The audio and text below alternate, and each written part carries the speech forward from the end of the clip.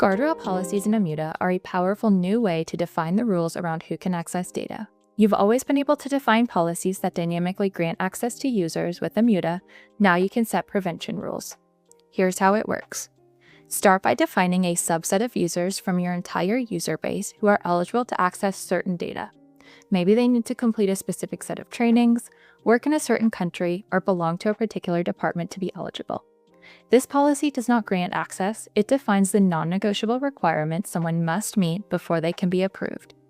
Once a user requests access and is approved, if they meet those requirements, they'll gain access to the data. Let's walk through an example. In Immuta, we need to create a guardrail policy that restricts access to clinical trial data unless the user has completed the required trainings. This is highly restricted data, so there are several trainings users need to complete before gaining access. We can apply this policy globally or restrict it to a domain.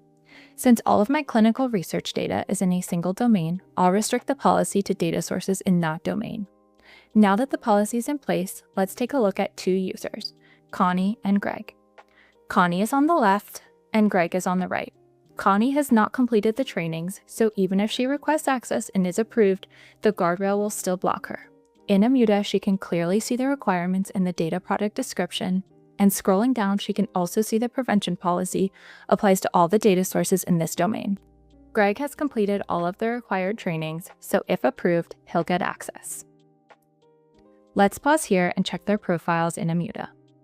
The attributes confirming whether they've completed their trainings sync automatically to their profiles from the learning management system through the identity manager and into Immuta.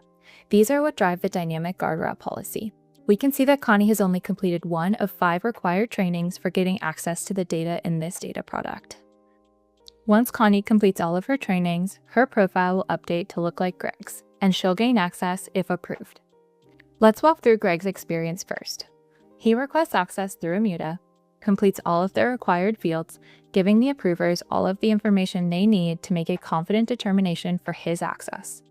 Once he submits the access request, we can look at Immuta through the lens of the approver. The approver goes through the determination process, and once submitted, Immuta automatically handles the grants and provisioning.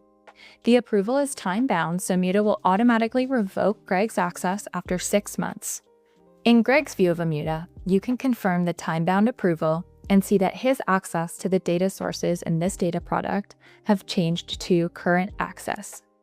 Greg would now be able to go into Snowflake and Databricks and query this data.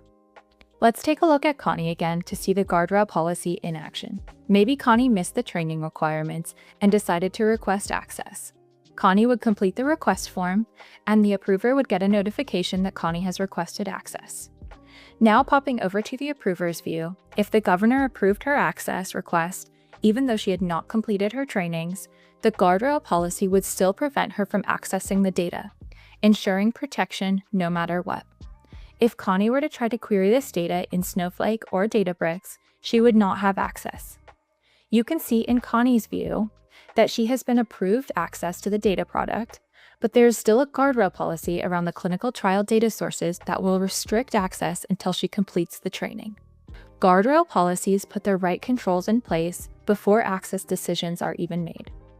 By automating eligibility checks globally, guardrail policies remove manual oversight risks, speed up approvals for qualified users, and give you the confidence that compliance is built into every decision.